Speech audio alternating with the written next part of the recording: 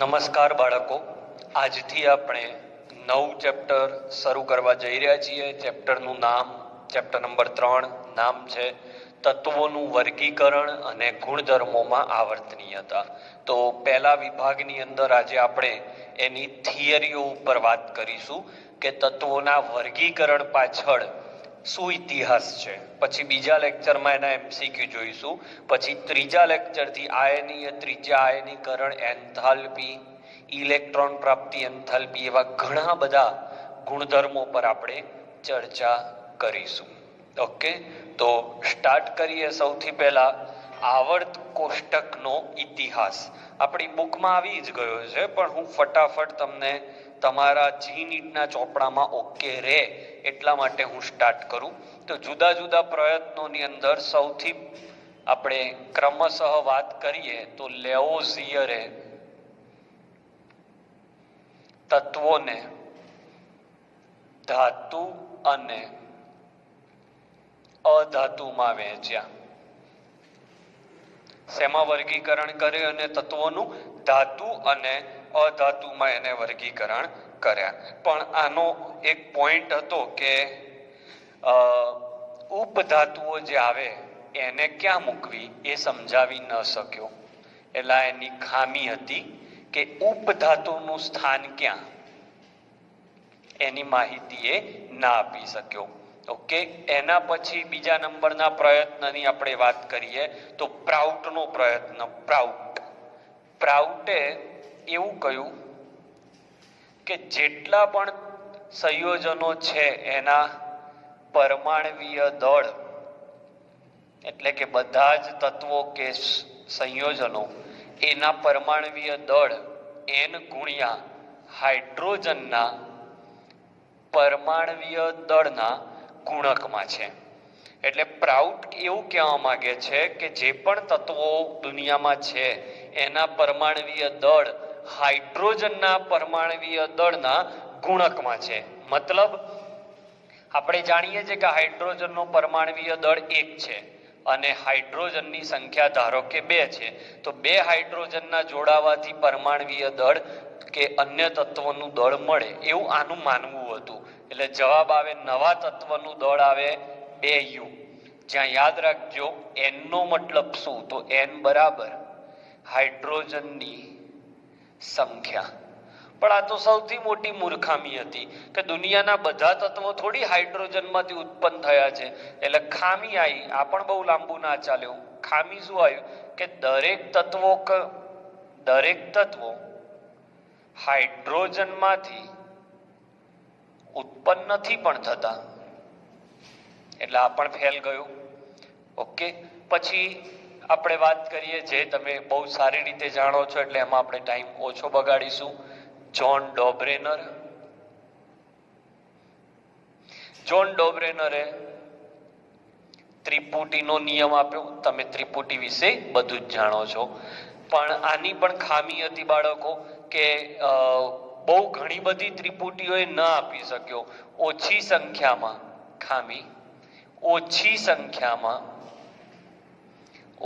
સંખ્યાના તત્વોને જ વર્ગીકૃત કરી શક્યો. બહુ લાંબુ ચાલ્યો નહીં. જ્હોન ડોબ્રેનરે ત્રિપુટીનો નિયમ આપ્યો પણ એ દરેક માટે લાગુ પડ્યો નહીં. ઘણા બધા તત્વોને તે સમજાવી ના પણ શક્યો. ખાસ વાત કે એ ડી અને એફ વિભાગના તત્વો માટે તો વાત જ નતો કરતો. ડી અને એફ વિભાગના તત્વોને બિલકુલ વર્ગીકૃત ન કર્યા. ઓકે, તો શરૂના આ પ્રયત્નો હતા તત્વોના વર્ગીકરણના. ઓકે, તો થિયરી આમ તો પૂછાય નહીં, પણ શું છે કે એક્ઝેક્ટલી જ્યારે તમે કોઈ વસ્તુ ભણતા હોય તો એના લયમાં આના જે ક્રમ છે એ જ ક્રમમાં ભણો તો જ તમારે ચેપ્ટર મગજમાં ક્લિયર બેસે. એટલે આજનો આખો લેક્ચર હું આવર્ત કોષ્ટક પર વાત કરવાનો છું. એના પછી આપણે બીજી વાતો પણ કરીશું, પણ ખાસ આવર્ત કોષ્ટકને સારા એવા પ્રયત્નથી આપણે સોલ્વ કરીશું. સ્ક્રીનશોટ લઈ લો, પછી આગળ વધીએ. હવે આવર્ત કોષ્ટકનો પ્રયત્ન કરવાનો ચાલુ થયો એમાં તમે પહેલું નામ જાણો છો, AEB ધ કાનકોર્ટોઇસ, પણ આ બહુ પ્રખ્યાત થયો નહીં. એના પછી આવ્યો જ્હોન ન્યુલેન્ડ. જ્હોન ન્યુલેન્ડને તો લેવી એવોર્ડ પણ મેળવેલો છે. એને 56 તત્વોના વર્ગીકરણનો પ્રયત્ન કર્યો. કેટલા તત્વોના વર્ગીકરણનો પ્રયત્ન કર્યો બાળકો? 56. કેટલા સમૂહ? તો 11 ઊભા સમૂહ લીધા હતા. 11 સમૂહમાં એને વર્ગીકૃત કરવાનો પ્રયત્ન કર્યો. પછી આગળ વાત થઈ કે એને તો 56 તત્વોને અષ્ટકના નિયમ આપી દીધો કે ભાઈ દરેક 8મું તત્વ પહેલા તત્વ જેવા ગુણધર્મો ધરાવે છે. આ બધું તમે જાણો છો એટલે વેસ્ટ ઓફ ટાઈમ હું નહીં કરું. 56 તત્વોને 11 સમૂહમાં વહેંચ્યા અને એને કહ્યું કે દરેક 8મું તત્વ એના પહેલા તત્વ જેવા ગુણધર્મો ધરાવે છે. પણ આ નિયમ ખામી આવી. આ નિયમ માત્ર કેલ્શિયમ સુધી જ લાગુ પડ્યો. એના પછી એનું કઈ બહુ ચાલ્યો નહીં. જ્હોન ન્યુલેન્ડે પોતાના અષ્ટકના નિયમ આપવા માટે શેનો ઉપયોગ કર્યો તો યાદ કરી લઈએ. સંગીતના સૂરનો ઉપયોગ કર્યો હતો. ઓકે, સંગીતના સૂર સા, રે, ગા, મા, પા, ધા, ની અને પાછું સા. એટલે 8મો સૂર એના પહેલા સૂર જેવો છે એવી એને માહિતી આપી હતી. જ્હોન ન્યુલેન્ડ પત્યો એટલે તમને યાદ હશે લોથર મેયર આવ્યો. લોથર મેયરે આલેખ દોર્યો તો બાળકો. ઇતિહાસ છે એટલે ઝડપથી કહું છું, ડિટેલ ટોપિકમાં આપણે આ ઝડપ નહીં કરીએ. એને આલેખ દોર્યો તો પરમાણવીય કદ, આ રીતે પરમાણવીય કદ વિરુદ્ધ પરમાણવીય ક્રમાંક અથવા દળાંક. એ વખતે એની જોડે દળાંક હતું એટલે આપણે ક્રમાંક ન લખી શકીએ. અહીંયા આવશે પરમાણવીય દળાંક. તો આ આલેખની અંદર એને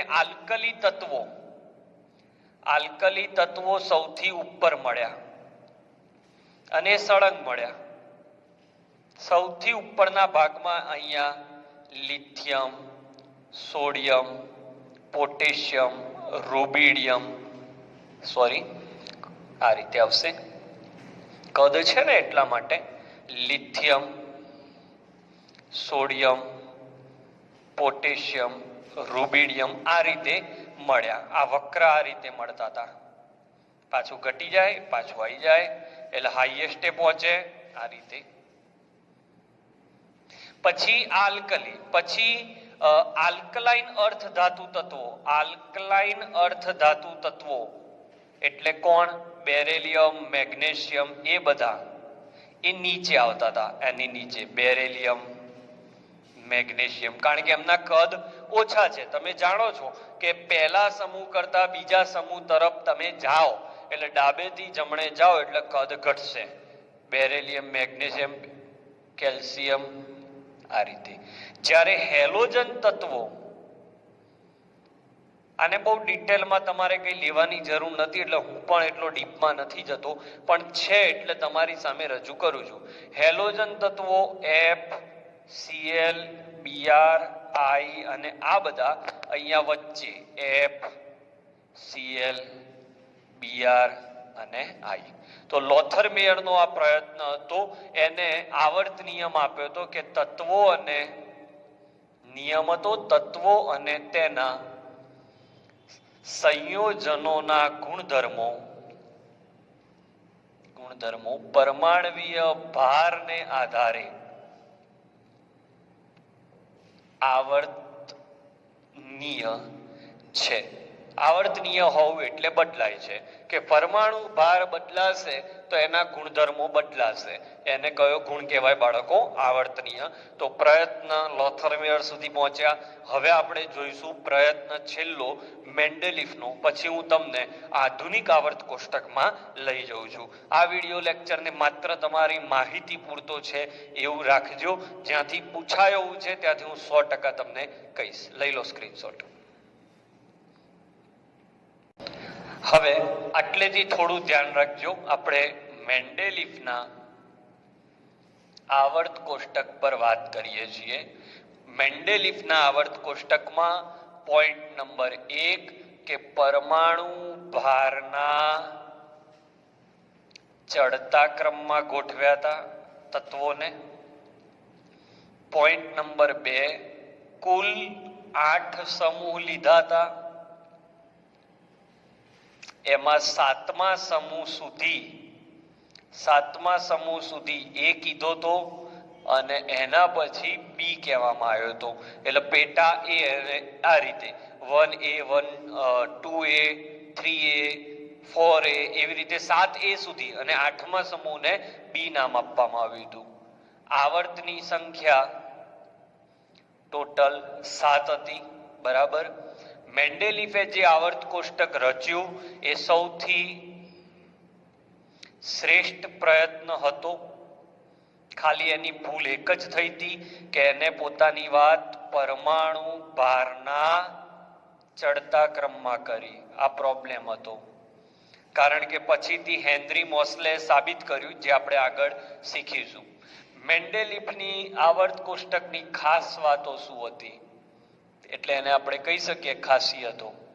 ખાસ વાતો એ હતી કે જે તત્વોની શોધ નથી થઈ, જે તત્વોની શોધ નહોતી થઈ, તેના માટે સ્થાન ખાલી મૂકવામાં આવ્યા હતા. એનાથી શું થાય, સ્થાન ખાલી મૂકવામાં આવ્યા એટલે ખબર પડી કે ભાઈ એના પછીની પેઢીના વૈજ્ઞાનિકોને ખબર પડી કે ચાન્સ લો અહીંયા કંઈક મળશે. એ રીતે એકા એલ્યુમિનિયમ, એકા બોરોન, એકા સિલિકોન, એ જે તમે પાઠ્યપુસ્તકમાં ભણ્યા છો એ આવશે. એટલે એ જે બુકની અંદર પરફેક્ટ આવી ગયું છે એની માથાકૂટ હું નહીં કરું. કેટલીક ખામીઓની પણ પછી આમાં ચર્ચા થઈ. ખામી પણ આવી એક કે સમસ્થાનિકના સ્થાન ક્યાં મૂકવા. સમસ્થાનિક એટલે કાર્બન અહીંયા 6 બાર આવી જાય અને કાર્બન 6 14 આવી જાય તો એને એક જ ખાનામાં બંને મૂકી દીધા. એટલે સમસ્થાનિકના સ્થાનની પ્રોપર માહિતી ના મળી. બીજું, હાઇડ્રોજનના સ્થાન વિશે અસમંજસતા રહી. ત્રીજું, કેટલાક પરમાણવીય ભાર આગળ પાછળ થઈ ગયા હતા, સમાન ગુણધર્મો નહોતા છતાં એને ભેગા મૂકી દેવામાં આવ્યા હતા. જેમ કે આર્ગોન, પોટેશિયમ, આ યુગ્મ. ઓકે, આ યુગ્મ એવા હતા જેને એને આગળ પાછળ મૂકવાની જગ્યાએ ભેગા મૂકી દીધા. બીજું, આ બધું પૂછાય નહીં પણ તમારી માટે ધ્યાનમાં રાખવાની વાત છે. ટેલુરિયમ, આયોડિન, તો આ બધા પોઈન્ટ તમારી સામે છે. બીજું કે લેન્થેનોઇડ અને એક્ટેનોઇડ વિશે, લેન્થેનોઇડ અને એક્ટેનોઇડ વિશે પૂરતી માહિતી ન આપી. અને એના પછીનો પોઈન્ટ તો તમે જાણો જ છો, એના પછી આધુનિક આવર્ત કોષ્ટક આવ્યું. તો અત્યાર સુધી આપણે જે ભણતા હતા એ હતું કયું? જૂનું આવર્ત કોષ્ટક જે પરમાણવીય ભારના ચડતા ક્રમમાં ગોઠવવામાં આવ્યું હતું. હવે આધુનિક આવર્ત કોષ્ટકની આપણે 2-5 મિનિટ વાત કરીશું. પછી હું તમને કેવી રીતે પ્રશ્નો સોલ્વ કરવા આવર્ત કોષ્ટકના એની માહિતી આપું છું. Please take the screenshot. ચાલો, આધુનિક આવર્ત કોષ્ટકનો પાયો કોણે નાખ્યો? તો અંગ્રેજ વૈજ્ઞાનિક હેનરી મોસ્લે. એને રૂટ વી વિરુદ્ધ ચોપડીમાં આવી ગયું છે, પરમાણુ ક્રમાંક નો આલેખ દોર્યો તો એનો આલેખ કેવી રેખાયો? સીધી રેખા. જ્યારે આ જ વસ્તુ રૂટ વી વિરુદ્ધ પરમાણુ ભારાંક કર્યો તો આનો આલેખ થોડો આ રીતે અનિયમિત આવ્યો. બરાબર. આના ઉપરથી ખબર પડી કે પરમાણુ ક્રમાંક એ વધુ પાયાનો ગુણ છે. પરમાણુ ક્રમાંક એ પાયાનો ગુણ છે. આ હેનરી મોસ્લે જે આધુનિક આવર્ત કોષ્ટક આપ્યું એને આધુનિક આવર્ત કોષ્ટકનું બીજું નામ વિસ્તૃત સ્વરૂપ, કે જેમાં આખું આવર્ત કોષ્ટક વ્યવસ્થિત સમજાવવામાં આવ્યું છે એટલે એને આવર્ત કોષ્ટકનું વિસ્તૃત સ્વરૂપ કહેવામાં આવે છે. આ આવર્ત કોષ્ટકની પરફેક્ટ માહિતી કોને આપી? આને તો ખાલી એટલું કહ્યું કે પરમાણુ ક્રમાંકને ધ્યાનમાં લેજો, એટલે આવર્ત નિયમ જે હતો એ બદલાઈ ગયો. પણ હવે આ જે કે છે એ શાંતિથી સાંભળો કે ભાઈ આ પરમાણુ ક્રમાંકને આધારે ગોઠવો, પણ એની ડિઝાઇન કોણે કરી? તો બોર્ન બરી રેંગ. કયા વૈજ્ઞાનિકે? બોર્ન બરી એન્ડ રેંગ. આમને આવર્ત કોષ્ટકની રચના કરી. ઓકે, આ આધુનિક આવર્ત કોષ્ટકમાં કેટલા સમૂહ છે બાળકો? તો આની અંદર સમૂહની સંખ્યા 18, આવર્તની સંખ્યા 7. પરફેક્ટ માહિતી આપી દઉં. સમૂહની અંદર ઊભી લાઈન હોય, કઈ કઈ વસ્તુ સમાન હોય? તો આમાં તત્વોની બાહ્ય કક્ષાની ઇલેક્ટ્રોન રચના સમાન હોય, અને ઇલેક્ટ્રોન રચના સમાન હોવાથી એના રાસાયણિક ગુણ સમાન હોય. જ્યારે આવર્તની અંદર શું હોય? તો આવર્ત એટલે આડા. આવર્તની અંદર મુખ્ય ક્વોન્ટમ આંક ના આધારે આવર્ત રચાયેલું છે. ઓકે, એની અંદર ક્રમશઃ પરમાણુ ક્રમાંક ના ચડતો ક્રમ હોય, ક્રમશઃ.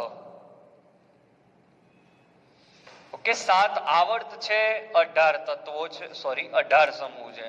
18 સમૂહમાંથી પહેલો બીજો સમૂહ જે છે એ એસ વિભાગ છે, તમે જાણો છો. 13 થી 18 પી વિભાગ છે, 3 થી 12 ડી વિભાગ છે.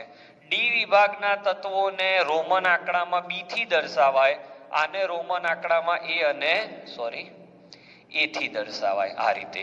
એટલે આને 1A અને 2A કહીએ તો આ 3A થી લઈ 3A 4 5 6 7 અને 8A સુધી લેવાય છે. જ્યારે આ બી થી લેવાય છે તો અહીંયા જોઈએ 3 4 5 6 7 8 9 10 અને 11 અને 12. તો આને 3B કહેવાય, આને 4B કહેવાય, આ 5B કહેવાય. રોમન આંકડા છે બાળકો. 1 દંડી એટલે 1, 2 દંડી એટલે 2, 3 દંડી એટલે 3, દંડી અને વી એટલે 4, એકલો વી એટલે 5, આ 6 VIB, VBB. હવે આખો આટલો ભાગ છે એ 8B કહેવાય છે, 3 3. હવે આ 1B અને આ 2B.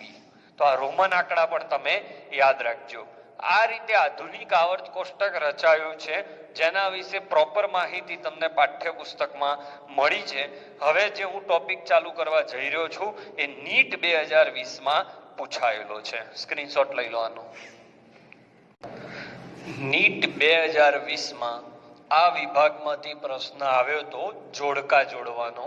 બહુ જ સહેલો પ્રશ્ન હતો, પણ કોઈ છોકરાઓ આ કરી ના ગયા હોય એટલે આ તકલીફ પડી હતી.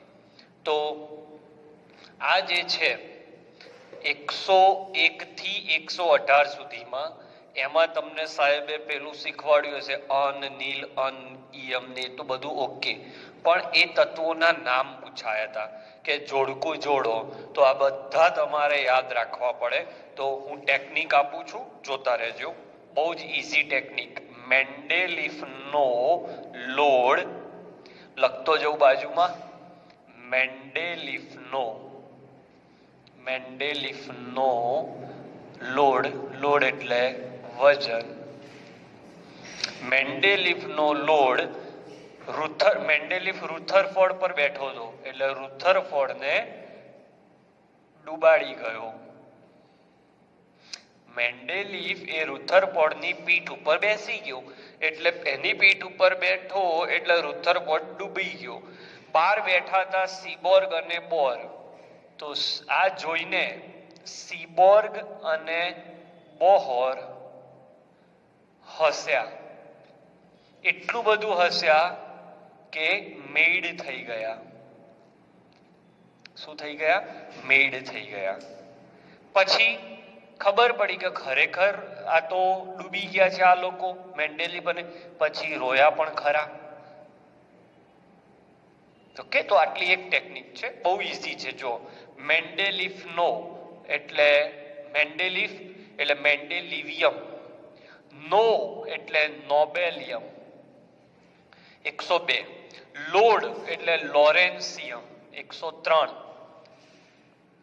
રુથરફોર્ડ એટલે રુથરફોર્ડિયમ 104, ને ડુબાડી ગયો ડુબનિયમ 105, ડુબનિયમ.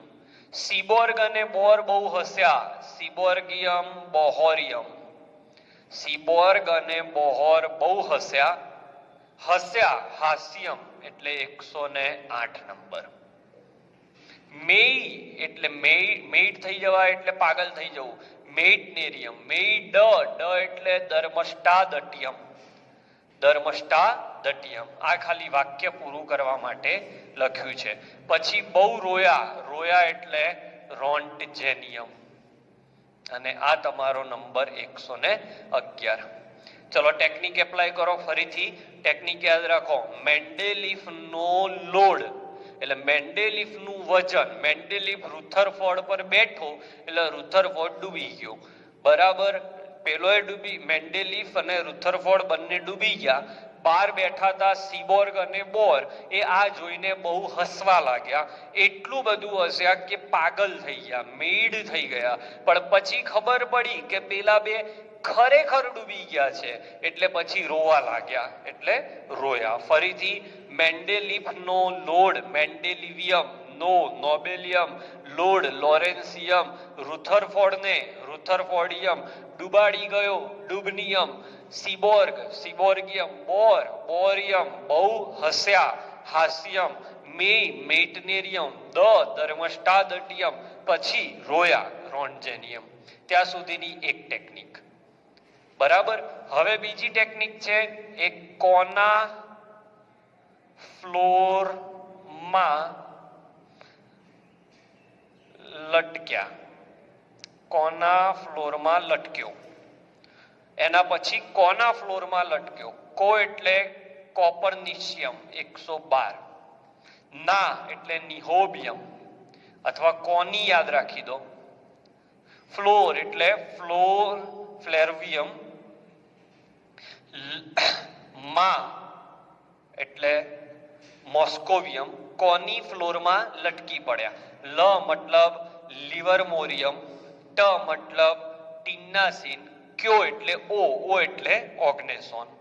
ક્યો મતલબ લટક્યો, ક્યો ને આપણે ઓ વાંચીશું. કોની ફ્લોરમાં લટક્યો. તો 101 થી 118 નંબરના તત્વોની ટેકનિક આ નીટ 2020 આ પ્રશ્ન પૂછાઈ ગયો છે. એટલે જો ઘણી જગ્યાએ બાળકો હજી એવું જ સાંભળે છે કે હજી આવર્ત કોષ્ટકમાં 114 તત્વો છે, એના પછીના તત્વોની જરૂર નથી. અહીંયા જ થાપ ખાઈ જાય છે બાળક. 118 તત્વો ક્યારના પૂરા થઈ ગયા છે, આપણા પાઠ્યપુસ્તકમાં પણ આવી ગયા છે, પણ આપણે ભ્રમમાં છીએ કે એ તત્વો આપણી પાસે નથી. એટલે નીટ 2020 સામે પરમાણુ ક્રમાંક આપ્યો હતો અને આ આપ્યા હતા, તો તમારે જોડકું જોડવાનું હતું. તો આ બે ટેકનિકોથી તમે 101 થી લઈ 118 તત્વો સુધીના બધા તત્વો મોઢે કરી લેશો. ફરી એકવાર ટેકનિક બોલી જઉં છું. મેન્ડેલિફ નો લોડ કોને? રુથરફોર્ડને ડુબાડી ગયો. બાર કોણ બેઠા હતા? સીબોર્ગ અને બોર. એ બહુ હસ્યા, બહુ હસ્યા, એટલું બધું હસ્યા કે પાગલ થઈ ગયા, મેડ થઈ ગયા. શું થઈ ગયા બાળકો? મેડ થઈ ગયા. પછી શું થયું? મેડ થઈ ગયા પછી ખબર પડી કે પેલા તો ખરેખર ડૂબી ગયા છે, એટલે રોવાનું ચાલુ કર્યું. મેડ થઈ ગયા પછી રોયા. પછી આગળ વાત કરી મેં બીજી ટેકનિક થી કે ભાઈ આ બધી માહિતી મળ્યા એટલે કોની ફ્લોરમાં લટક્યો. કોની અથવા કોના ફ્લોરમાં લટક્યો. કો મતલબ કોપરનિશિયમ, ની મતલબ નિહોબિયમ, ફ્લેરવિયમ, મોસ્કોવિયમ, પછી લ લિવરમોરિયમ, ટ ટિન્નાસિન, ઓ એટલે ઓર્ગનેસોન. ક્લિયર? તો પ્લીઝ ટેક ધ સ્ક્રીનશોટ. ચલો બાળકો, ફટાફટ હું તમને વિભાગ કહી દઉં. એસ વિભાગ ક્યાંથી ક્યાં આવે? તો આવર્ત કયા કયા સમાવિષ્ટ છે આની અંદર, સમૂહ કયા કયા સમાવિષ્ટ છે, અને એની સામાન્ય ઇલેક્ટ્રોન રચના શું છે. તો આવર્ત આની અંદર 1 થી 7 બધા જ આવશે, સમૂહ 1 અને 2 આવશે, સામાન્ય ઇલેક્ટ્રોન રચના NS1 NS2 થશે. બહુ સહેલું છે, પણ ટેબલ ફોર્મમાં આપું તો શું તમારે ઝડપથી પૂરું થાય. પછી વાત કરું પી વિભાગ. પી વિભાગ એ પણ 1 થી 7 માં આવે. ઓકે, આમાં સમૂહ 13 થી 18 આવશે, 13 થી 18. સામાન્ય ઇલેક્ટ્રોન રચના NH2NP1 થી NH2NP6, અને આ બંનેમાં અપવાદરૂપ એક સંયોજન છે, અને એ છે એક તત્વ છે, અને એ છે હિલિયમ. આ બંને વિભાગના તત્વોને પ્રતિનિધિ તત્વો કહે છે.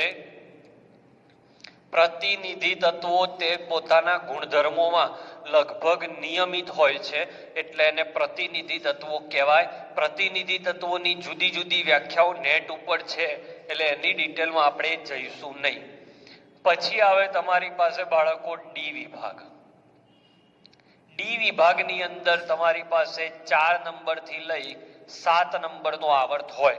પહેલા, બીજા અને ત્રીજા આવર્તમાં ડી વિભાગ નથી. આ ટોપિક તમારે બરાબર શીખવો હોય તો આવર્ત કોષ્ટક લઈને બેસજો. સમૂહ કયા આવે? તો 3 થી તે 12.